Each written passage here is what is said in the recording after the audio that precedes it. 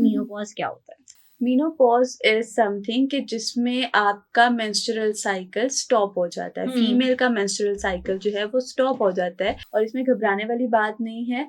और इसमें जो है आपको थोड़े बहुत इश्यूज जो है, क्योंकि एक चीज, एक साइकिल आप इतने अरसे से कैरी कर रहे हो और जब वो खत्म होता है तो this is totally natural. Symptoms क्या होते हैं जिससे खवातीन को इस चीज का आइडिया होता है कि वो मीनोपॉज की तरफ जा रही है? आपके डेज कम होना शुरू हो जाते हैं। जहाँ पे आपको 7 डेज के हो रहे थे तो नेक्स्ट मंथ आपको 6 डेज या 7 डेज में होंगे, फिर नेक्स्ट मंथ 3 डेज पे, फिर आहिस्ता आहिस्ता जो है ना वो कम होना शुरू हो। जिनको बहुत ज्यादा पेन होती है, पेन किलर्स वगैरह ले लें, दैट इज वेरी नॉर्मल। अगर बहुत ज्यादा पेन हो रही है, इवन इन पीरियड्स भी आपको पेन हो रही है, तो आप 1 या 2 उबले हुए अंडे खा लें, आप गर्म दूध पी लें, तो that would be very helpful for you कि आपको सम हाउ पेन में रिलीफ मिल जाएगा। मूड स्विंग्स का बहुत इशू रहता है कि आपको कुछ अरसे के लिए ना बहुत ज्यादा चिड़चिड़ापन आ जाता है। हल्दी दूध के इस्तेमाल से आपको पेन में रिलीफ मिलता है। रेगुलर बेसिस पर भी हल्दी का इस्तेमाल करते हैं तो वो बहुत ज्यादा इफेक्टिव होती है। एंटी इन्फ्लामेटरी होती है, आपकी बॉडी में जितनी भी स्वेलिंग, जितनी भी इन्फ्लामेशन है उसको दूर करती है। एंटीबायोटिक होती है, आपको इम्यूनिटी बूस्ट करती है। अच्छा, एक और चीज मैं आपसे जानना चाहूंगी कि जो खवातीन मीनोपॉज की तरफ जा रही होती है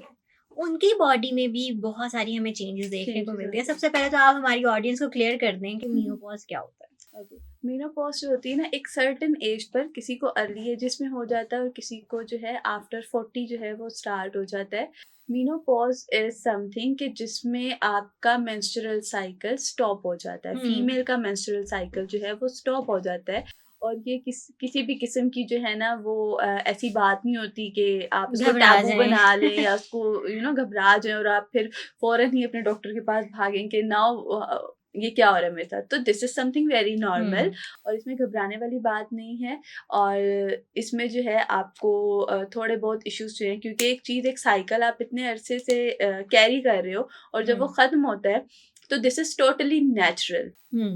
तो वो थोड़ी बहुत आपको जो है ना चेंजेस देकर जाता है, लेकिन वो जो है इतने ज्यादा घबराने वाले हैं नहीं। अच्छा, इसमें सिम्टम्स क्या होते हैं जिससे खवातीन को इस चीज का आइडिया होता है कि वो मीनोपॉज की तरफ जा रही है? अच्छा, इसमें सबसे बेसिक सिम्टम्स तो ये है कि आपको जो है ना आपके डेज कम होना शुरू हो जाते हैं। जहाँ पे आपको 7 डेज के हो रहे थे तो नेक्स्ट मंथ आपको 6 डेज या 7 डेज में होंगे, फिर नेक्स्ट मंथ 3 डेज पे, फिर आहिस्ता आहिस्ता जो है ना वो कम होना शुरू हो, फिर आहिस्ता आहिस्ता आपका फ्लो कम हो जाता है, पीरियड फ्लो कम हो जाता है।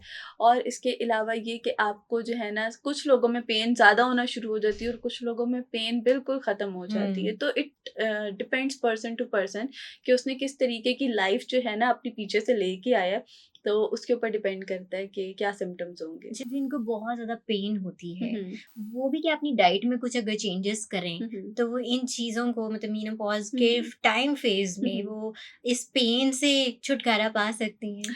पेन जो है ना वो बहुत नेचुरल होती है। हाँ, ये है कि आप पेन किलर्स वगैरह ले लें, दैट इज़ वेरी नॉर्मल। लेकिन अगर आप डाइट वगैरह के थ्रू, देखिए डाइट जो है ना एज अ पेन किलर कभी काम ही नहीं करेगी आपके लिए। Diet is diet, drugs are drugs. तो आप डाइट को डाइट की तरह ही यूज करें। अब आप कहें कि मैं सेब खा लूं और मेरा painkiller as a painkiller वो काम करे, उसमें वो प्रॉपर्टीज ही नहीं है। तो बहुत कम हमारी ऐसी हर्ब्स वगैरह हैं जिनमें वो प्रॉपर्टीज हैं, anti inflammatory, anti antibiotic properties होती हैं। बहुत कम ऐसी प्रॉपर्टीज हैं, लेकिन एज अ पेन किलर वो उस तरीके से काम ही नहीं करेंगी। हाँ, ये है कि आप जो है थर्मोपैक्स होते हैं हमारे, वो आप यूज़ कर सकते हैं for relieving somehow the pain, उसको कम करने के लिए।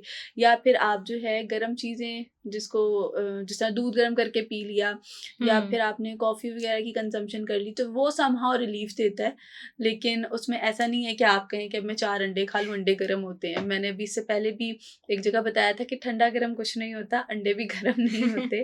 कोई उसकी तासीर वगैरह एज सच सीन, क्योंकि साइंटिफिक बेसिस पर ऐसा कुछ नहीं है, तो एज सच कुछ नहीं होता। लेकिन हाँ, क्योंकि वो आपको थोड़ा सा जो है ना बैकअप प्रोवाइड कर देते हैं, तो आप उस तरीके से, आपको अगर बहुत ज़्यादा पेन हो रही है, इवन इन पीरियड्स भी आपको पेन हो रही है, तो आप 1 या 2 उबले हुए अंडे खा लें, आप गर्म दूध पी लें, तो that would be very helpful for you कि आपको सम हाउ पेन में रिलीफ मिल जाएगा। ऑलराइट। अच्छा, मीनोपॉज जब आप उस स्टेज पे आ जाएं, हम्म। तो उसके बाद जब आपकी बॉडी में कोई चेंजेस क्या क्या आ सकती हैं? क्या वो भी वेट गेन कट करवाता है आपका? अच्छा, एज़ सच जो है ना चेंजेस नहीं आते हैं, सिर्फ़ एक ही चेंज होता है कि आप जो है एक मेंस्ट्रुअल साइकिल रुक जाता मेंस्ट्रुअल है। साइकिल रुक जाता है। इसके अलावा हाँ, अगर आपका पहले से वेट गेन है, तो उसमें ये है कि कोई तब्दीली नहीं आएगी। ऐसा नहीं होगा कि अब आपको मेनोपॉज़ हो गया तो आपका वेट लूज़ हो जाएगा। ऐसा कुछ भी नहीं होता।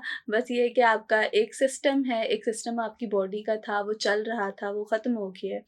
उसमें एज़ सच ऐसा कुछ कोई भी? स्पेशल जिसे कहते हैं ना एक हुँ। स्पेशल चेंज वो नहीं आता। अक्सर लोग जो है ना वो बहुत ज़्यादा सेंसिटिव होते हैं, तो उनको लगता है कि हमारी बॉडी में जो है ना या तो हमारा वेट लूज़ हो गया या वेट गेन हो गया, लेकिन ऐसा कुछ नहीं होता। वो एक नॉर्मली एक हो नॉर्मल सकता है कि फेज़ है आपने आपकी हाँ, लाइफ़ का। क्योंकि नॉर्मली जब आपको पेन बहुत ज़्यादा हो रही होती है ना, आप बहुत ज़्यादा खाना-पीना नहीं खाते, आप छोड़ देते हो या आप बहुत ज़्यादा चीज़ों को अवॉइड कर रहे होते हो। हुँ। तो समहाउ उन चेंजेस की वजह से कुछ ना कुछ चेंजेस आ जाते हैं। हाँ, मूड स्विंग्स का बहुत इश्यू रहता है कि आपको कुछ अरसे के लिए ना बहुत ज़्यादा चिड़चिड़ापन आ जाता है। वो हुँ। आपके हॉर्मोन्स क्योंकि थोड़े से एडजस्ट हो रहे डिस्टर्ब हुए होते होते हैं हैं, नई राइट। चीज़ को ऑक्यूपाई करने के लिए, तो इस वजह से थोड़ा-सा मूड स्विंग्स का इश्यू रहता है। दैट्स इट, और कुछ दैट्स नहीं। इट। हाँ, और कुछ अच्छा, अक्सर लोग ये भी कहते हैं कि हल्दी दूध के नहीं। हुँ, हुँ। इस्तेमाल से आपको पेन में रिलीफ हुँ, मिलता है। हुँ। इस बात में कितनी सदाकत है?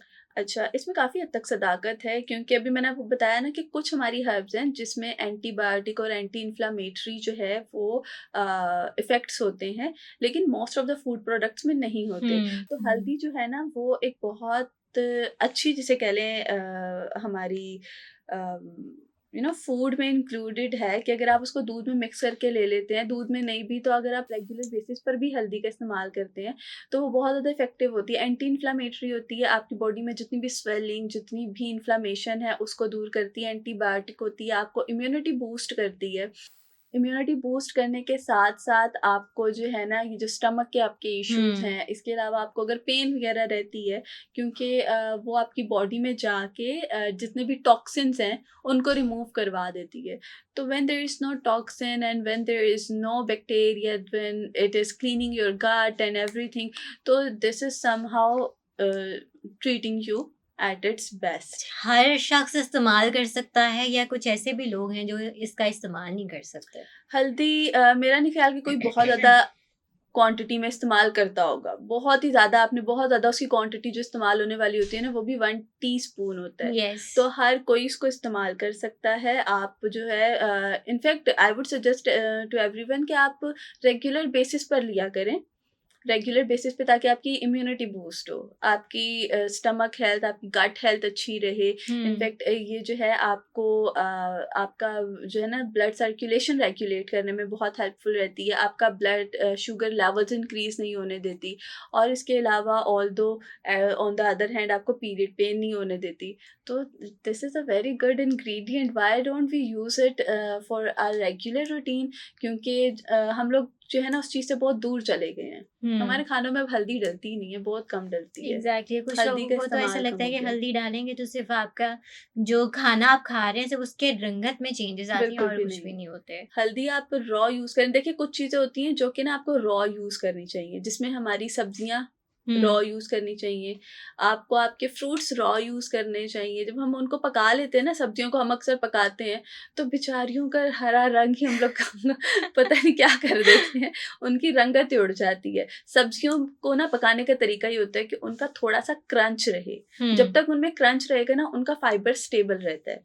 उसका हुँ। विटामिन सी नहीं टूटता और उसमें न्यूट्रिएंट्स जो हैं वो स्टेबल रहते हैं। अब हम उनको पका ही इतना लेते हैं कि उनकी जान निकल जाती है। सब्ज़ी होती बहुत फ़र्म है, जब हम उसको पकाते हैं तो वो बिल्कुल मरी हुई होती है। राइट। तो वो चीज़ जो है ना, तो सब्जियों को हमेशा हमें रॉ यूज़ करना चाहिए, फ्रूट्स को रॉ यूज़ करना चाहिए। Same goes with some of our herbs, कि हुँ। हमें उनको पकाना नहीं चाहिए। उसमें हल्दी भी इंक्लूड होती है कि हल्दी को भी हमें जो है ज़्यादा नहीं पकाना। अगर हम उसको रॉ फॉर्म में यूज़ करेंगे तो वो बहुत अच्छे इफ़ेक्ट्स देगी। अगर हम उसको ऑब्वियसली हम लोग पूरे खाने में जो है वो थोड़ी-सी हल्दी डाल रहे हैं, तो वो उतने ज़्यादा इफ़ेक्टिव नहीं रहेगी। आप उसको रॉ फॉर्म में यूज़ एक करें। नेचुरल पेन रिलीफ़ का काम भी करेगी। एग्ज़ैक्टली। राइट।